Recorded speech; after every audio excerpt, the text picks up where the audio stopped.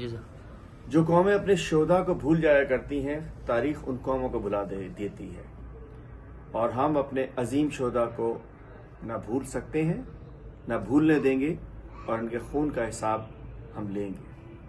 اپنے شہداء کو، جو حقیقی آزادی کے شہداء ہیں، ان کو خراج تحسین پیش کرنے کے لیے، جن کو 26 نومبر کی سیاہ رات کو گولیاں مار کر شہید کر دیا گیا، اس کے لیے 15 دسمبر کو دوپہر 1 بجے باغ ناران حیات آباد پشاور میں شہداء اجتماع کا انعقاد کیا گیا ہے.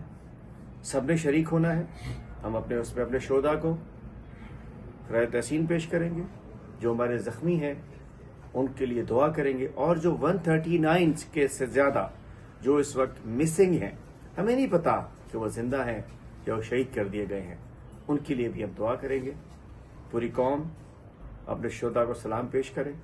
اوورسیز پاکستانی پوری دنیا میں جہاں جہاں ہے، وہ اپنے کپتان عمران خان صاحب کے احکامات کو سامنے رکھتے ہوئے اپنے اپنے ملکوں میں، اپنے اپنی شہروں میں بھرپور تقاریب منعقد کریں شہداء کے لیے. اور انشاءاللہ 15 دسمبر کو اپنے شہداء کو ہم خراج تحسین پیش کریں گے. اور یہ شہداء جنہوں نے اس قوم کے لیے، اس ملک کے لیے، اپنے کپتان کے حکم پر اس ملک کی حقیقی آزادی کے لیے اپنی جانیں نچھاور کی ہیں، ہم ان کو سلام پیش کرتے ہیں. اور انشاءاللہ 15 دسمبر کو بھی بڑی تقریب میں سب نے شریک ہونا ہے اپنے شہداء کے لیے.